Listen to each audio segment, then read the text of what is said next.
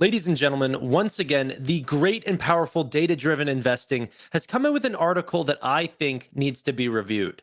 And so, if you guys haven't seen already, go to www.datadinvesting.com where you can see his Substack there. And the article that we're talking about was posted on November 21st, a deep dive into SoFi's loan platform business, which is their newest business line that they ended up creating that is already printing them a ton of high margin income. So, let's go ahead and read through this.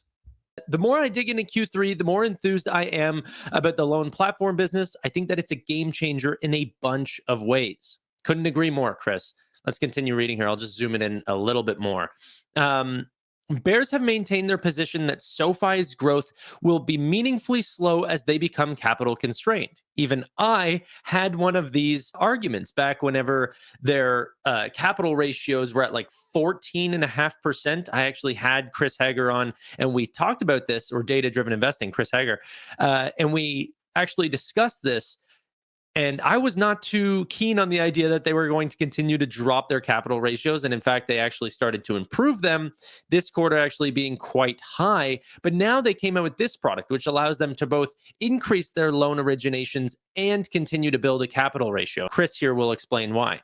Now, he talks a little bit about customer acquisition and lifetime value and how these things are adjusting from lending, which has really high average revenue per user, to financial services, which has lowered it. And now it's starting to turn back around as things like loan platform business are accelerating their amount of growth, which is actually looked at as a financial services product as well. But anyway, in 3 years, their average revenue per user has moved from its peak of $77.66 in Q3 of 2021 to $67.24 in Q3 of 2024.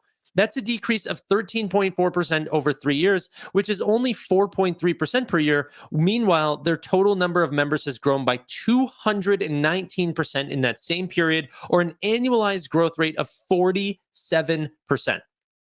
Now, let's talk about the loan platform business. It was not expected, okay? So this is a very important part. I did not expect it. Data-driven investing did not expect it. Analysts did not expect this. However, it's not unlike loan businesses to end up getting into products like this. Lending Club, Upstart, these all have very similar businesses to this, where they do not go out and originate loans. They'll actually just underwrite the loan and use other people's money for it. And they have done some other new products that do bring in new revenues, but all of these new products combined have not brought in what the loan platform business will do. And in fact, he actually highlights this going forward. But what kind of results can we expect going forward? Well, SoFi has long touted that they will turn down roughly 80% of the people who actually apply for a loan. They refer those people to other companies through their Lantern business and partnerships with companies like Pagaya, taking a small referral fee or lead generation to other lenders. He goes on to say that the total referral revenue was before, like, all these different aspects put together, makes up for about 15% of what we're totally looking at now. So you're going to see here, he only shows it to Q2 of 2024, where it came in just around a little over $13 million. Well, look how small that is into comparison about what we're about to see. So the loan platform fees actually came in at $55 million, with an additional servicing fee of $5.5 million, or a total of $61 million. Excluding the $13 million, this is all brand new revenue that we were going to see due to companies like Fortress. So we're underwriting loans and actually immediately transferring it within days or weeks to the balance sheet of the partners. Those partners will pay upfront in cash, and SoFi will handle all the marketing, underwriting, and other services associated with originating the loan. So essentially, SoFi members, like, we can acquire them through the money that we've made on the loan platform business. We can go out and sign them up with a checking account, SoFi Invest, a credit card, maybe a different loan. And so we can make different forms of revenue, not just the 55 million plus the servicing revenue, but we can also make, secondary or tertiary forms of revenue from these customers that end up coming onto the platform. So very, very good. The new loan platform business contributed more to the top line than all non-interest income put together from all other financial service products. That is nuts, Chris. Holy crap. In one quarter, it's bigger than everything else that we did from a fee-based perspective on financial services.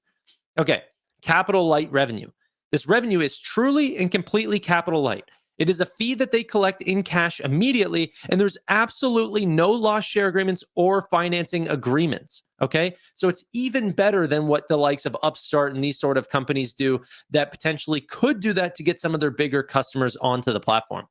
SoFi has a built in advantage of its sticky ecosystem that leads to greater customer retention, cross selling, and repeat sales. Not only that, like I do believe the same way that Upstart sort of does this. So this is an important point. Upstart, as they're ramping their originations for their loan platform business, they continuously increase their sales and marketing to meet the amount of demand that people are seeing for originations. Well, SoFi, I believe, is going to do that exact same thing. That if capital markets get very excited or debt markets get very excited, that SoFi is going to ramp their sales and marketing.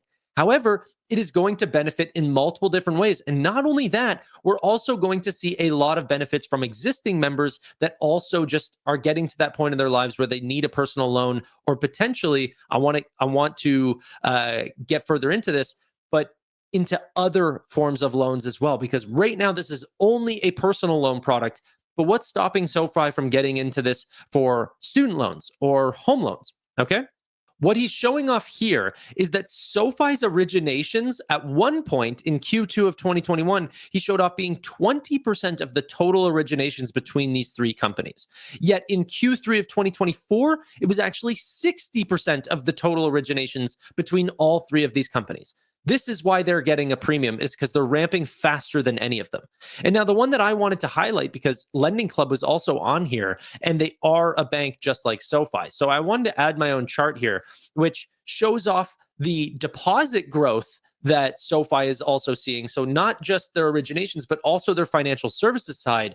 They're also seeing massive growth on their deposit side and not paying as much for those deposits as Lending Club. So as you can see, we started about the same area. SoFi started paying a little bit more in the blue line, but then Lending Club started offering a ton in their checking and savings accounts, where SoFi sort of petered off a little bit and are actually paying much less for more deposits and also getting more originations on the back half as well. So they are just completely demolishing Lending Club in this perspective, and that's why they're getting a premium in their stock. Expanding total addressable markets without expanding risk. Now, this is really important because, like he said, SoFi goes after these Henrys or high earners, not rich yet, and they already have around 10 million members. So, if the total addressable market of the United States population for people that make $100,000 or more is only around 18 million, well, SoFi is going to run out of their total demographic that they're able to go after. So if we have this loan platform business, SoFi is actually entering a phase where they can go after a target audience without expanding into new credit boxes. We can offer this out to other institutions without actually putting risk on our own platform. It's why everyone loves Upstart, right? They can essentially address every single demographic, yet they don't have to be the ones that actually face that risk. Now, they end up actually facing that risk because they do have loss sharing agreements, and they do have a lot of things that is not as clear whenever you just read their presentations.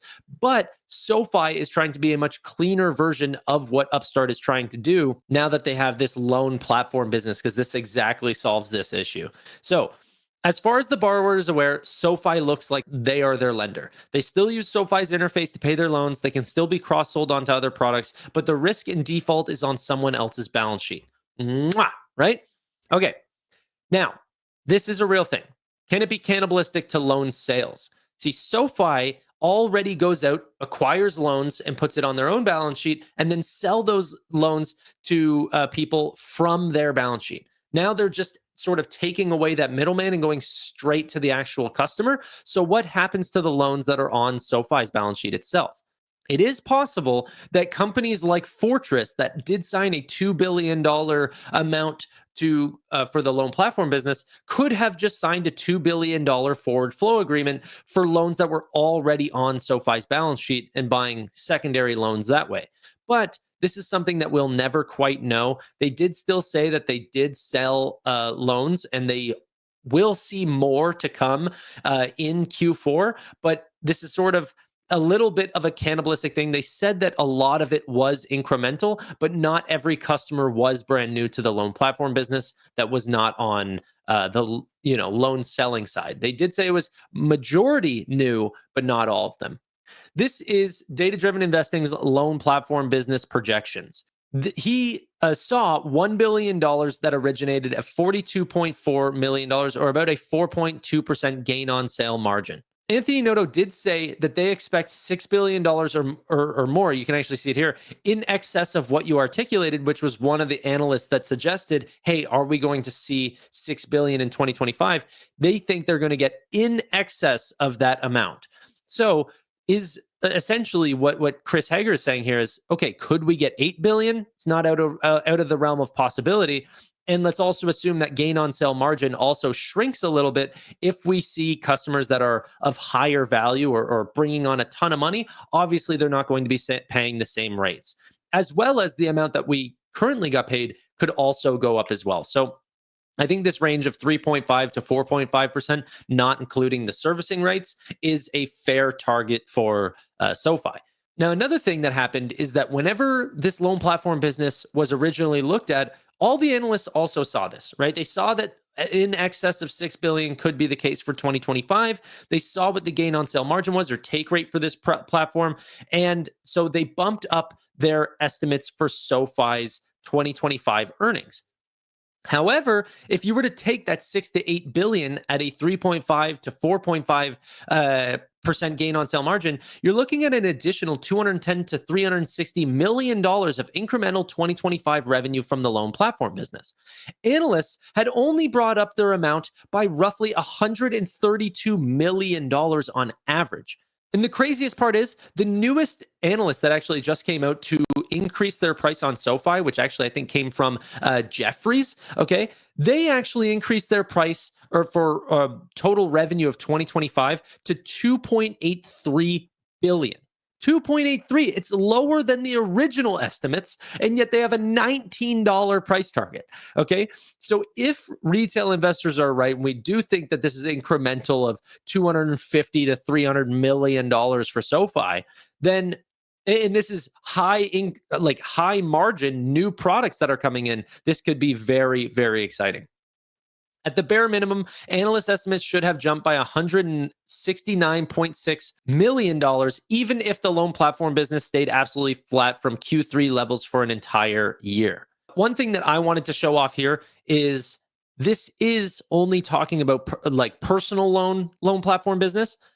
This also could be very exciting for student loans. So I recently saw this article come up on the Wall Street Journal, which said student loan debt is attracting private credit investors, right?